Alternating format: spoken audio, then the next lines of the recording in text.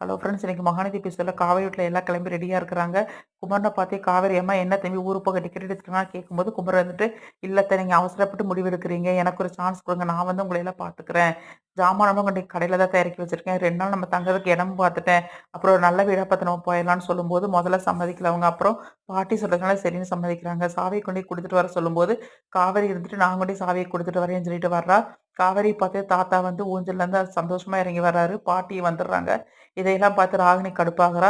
இங்க பார்த்தா நிவின் வந்து இவங்களலாம் கூட்டிட்டு போய் கார் எடுத்துட்டு வரான். இவங்கலாம் என்ன போன காவேரி காணோமேன்னு பார்த்துட்டு இருக்காங்க. இங்க பார்த்தா பாட்டி வந்து விஜய் கிட்ட காவேரி வந்த விஷயத்த சொல்றாங்க. அப்ப விஜய் வந்து ரொம்ப சந்தோஷமா இறங்கி வரான். 2 பேரும் வாய் விட்டு பேசாம மனசுக்குள்ளேயே பேசிக்கிறாங்க. காவேரி வந்து தாத்தா கிட்ட சாவி குடுத்து உங்கட்ட சொல்லிட்டு போக தான் தாத்தா வந்தேன்னு சொல்லும்போது, விஜய் இருந்துட்டு அப்ப கூட நீ என்னை பத்தி யோசிக்கல. தாத்தா கிட்ட சொல்ல தான் வந்தியா? அப்படின்னு நினைப்பான். இவ வந்து மனசுக்குள்ள எங்கேயும் போகாத காவேரி, இங்கேயே இருன்னு சொல்ல மாட்டீங்களா? நான் இங்கேயே இருந்துடுறேன் அப்படின்னு நினைக்கிறா. அதான் இன்னைக்கு